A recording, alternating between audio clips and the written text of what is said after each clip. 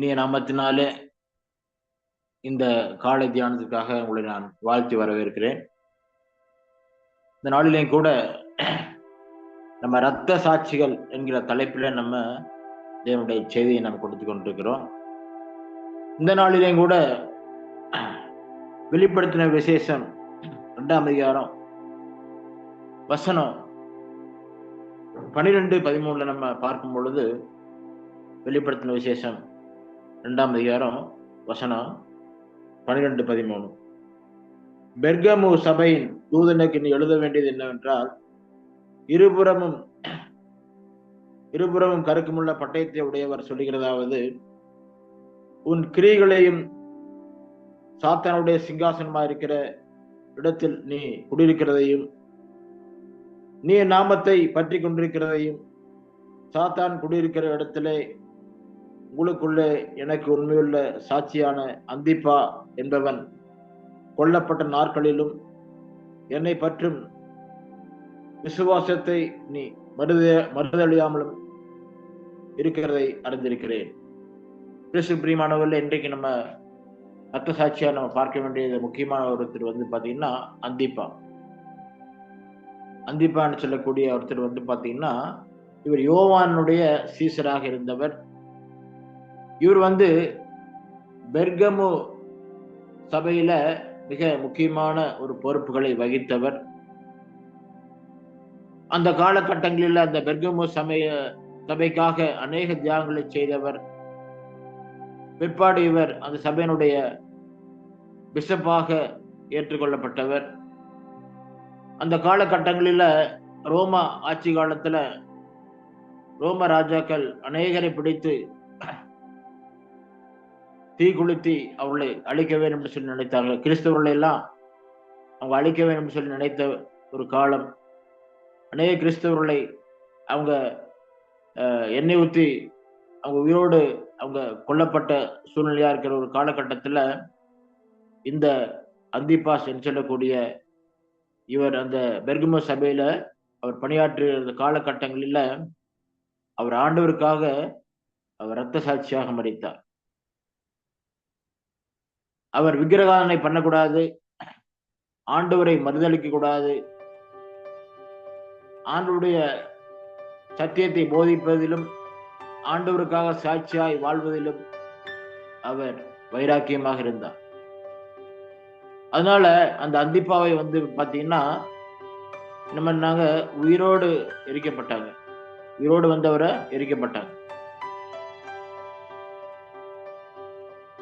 அந்த வசனம் போட்டிருக்கு, என்ன போட்டிருக்குன்னா 13ஆம் வசனத்துல, அந்திப்பா என்பவன் கொல்லப்பட்ட நாட்களிலும்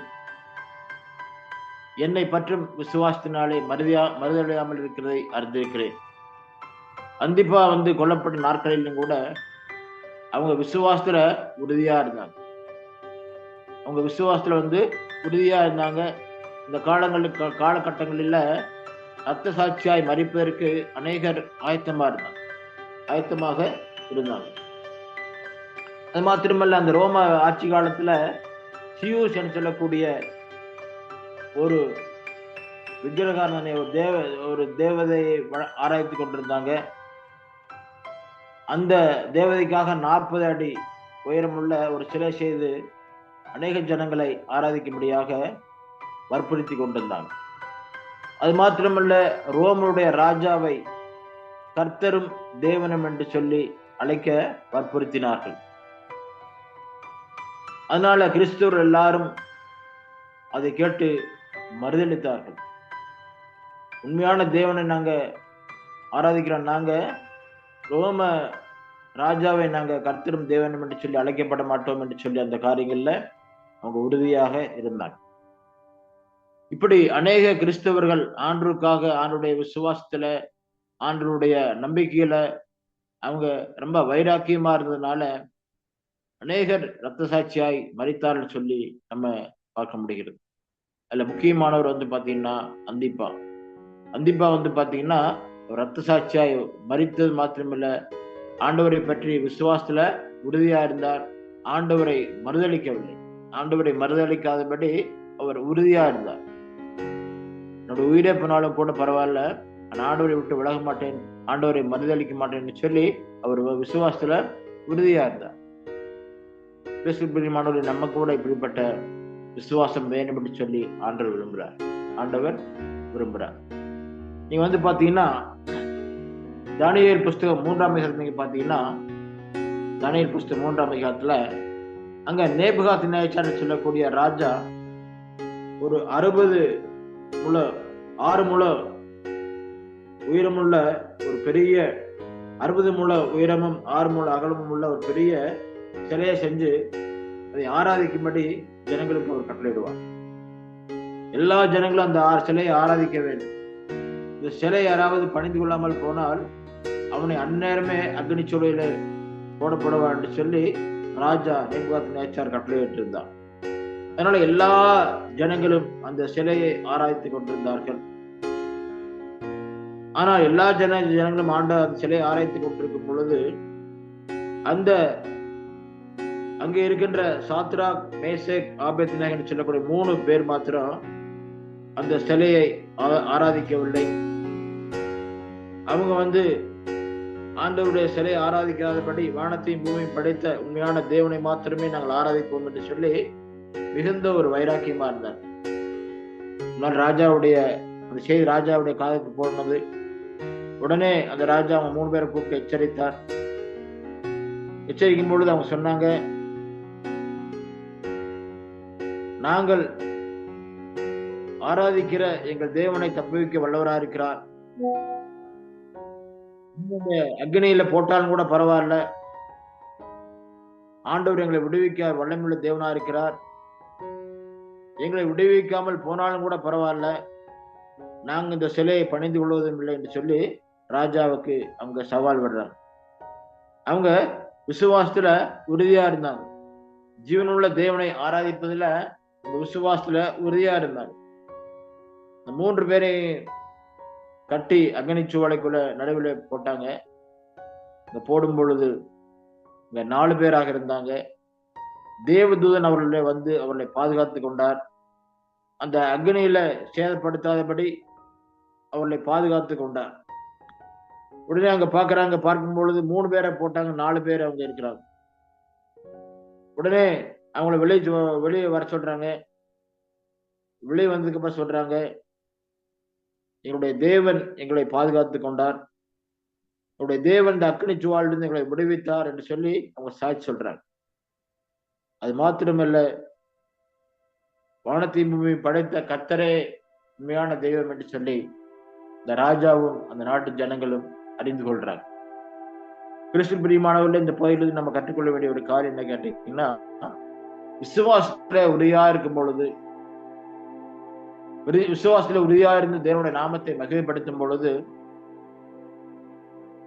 ஆண்டவர் அதை விரும்புகிறார்.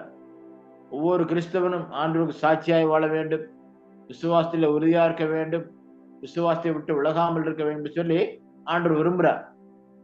அவங்க பார்த்து அநேக ஊழியர்கள், அநேக மிஷனரிகள் தேவனுடைய விசுவாசத்திற்காக அவங்க என்ன பண்ணுவாங்க, தன்னுடைய ஜீவனை கொடுத்தார்.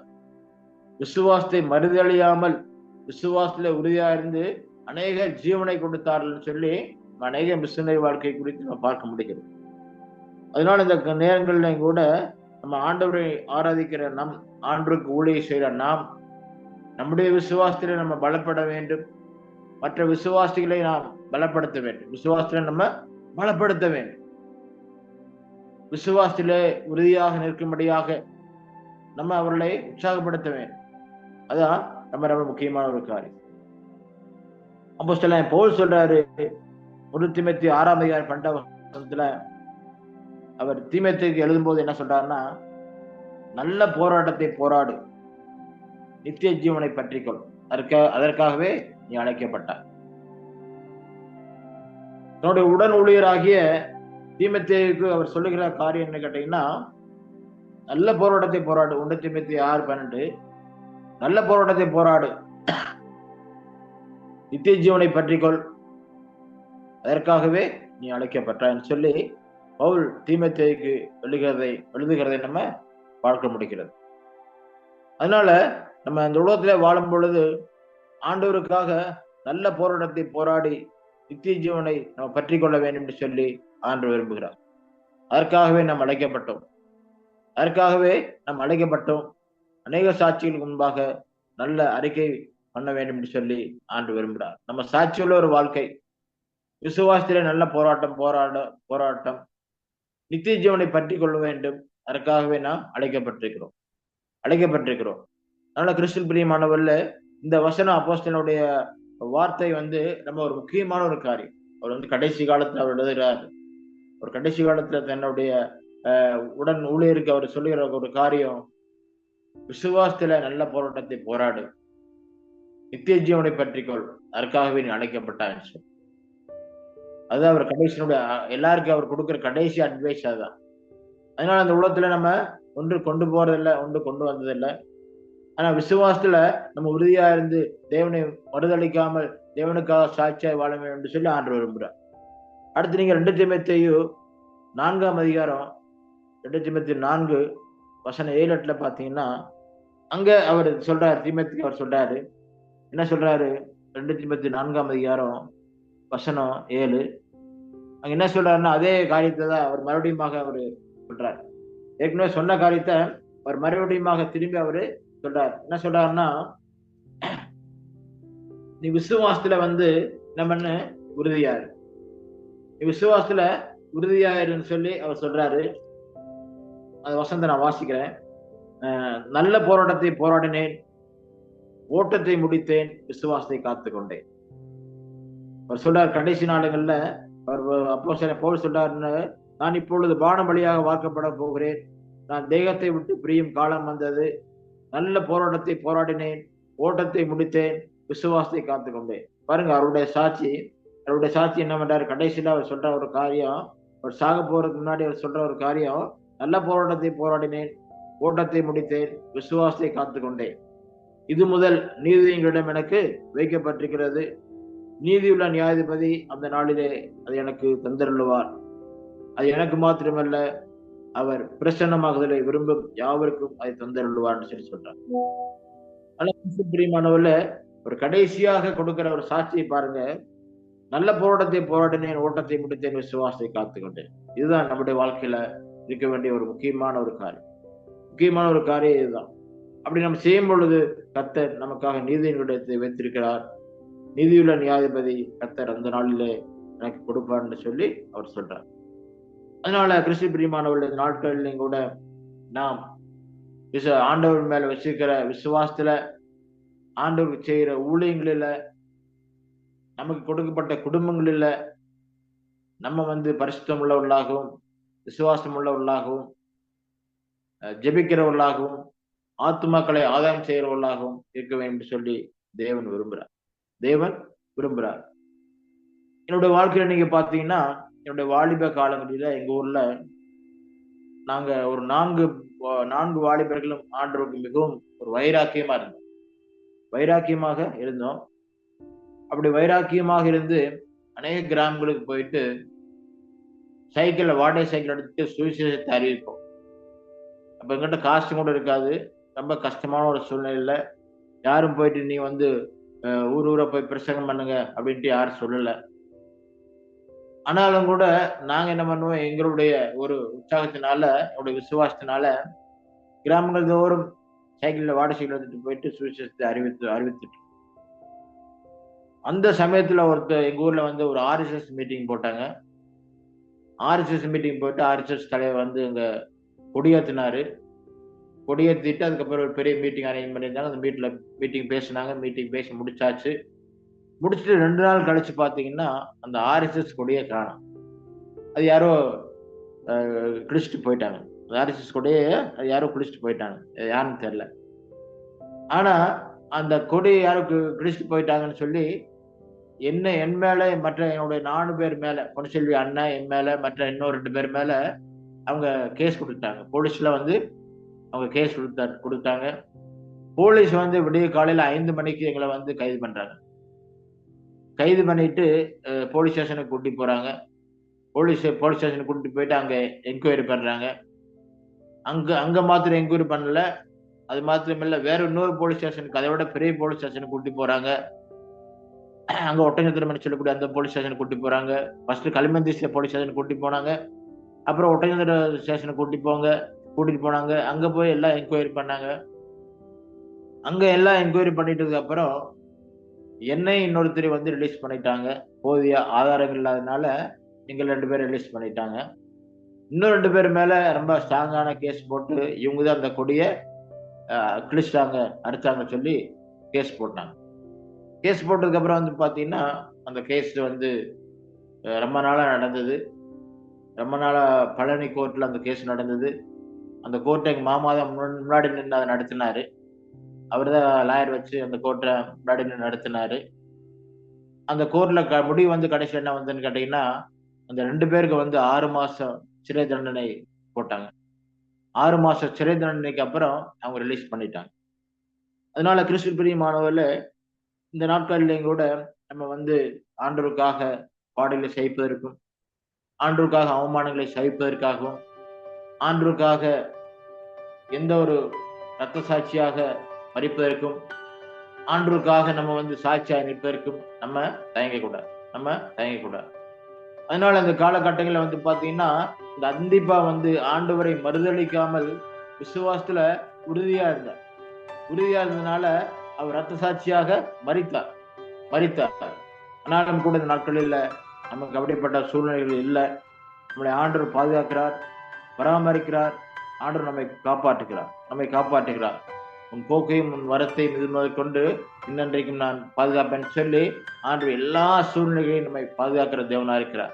ஆண்டவர் எல்லா சூழ்நிலையிலும் நமக்கு ஒத்தாசையின் தேவனாக இருந்து நம்மை வழிநடத்தி வந்து வருகிறார். அதனால இந்த காலகட்டங்களில இந்த இந்த ஊழிய பாதையில நம்ம வந்து விசுவாசத்துல உறுதியா இருந்து நம்ம ஆண்டவரை மறுதலிக்காதபடி நம்ம ஆண்டவருக்கு சாட்சியா நின்று ஆண்டவருக்கு ஊழியங்கள் செய்ய வேண்டும் என்று சொல்லி தேவன் விரும்புகிறார். தேவன் தாம் இந்த வசனங்களை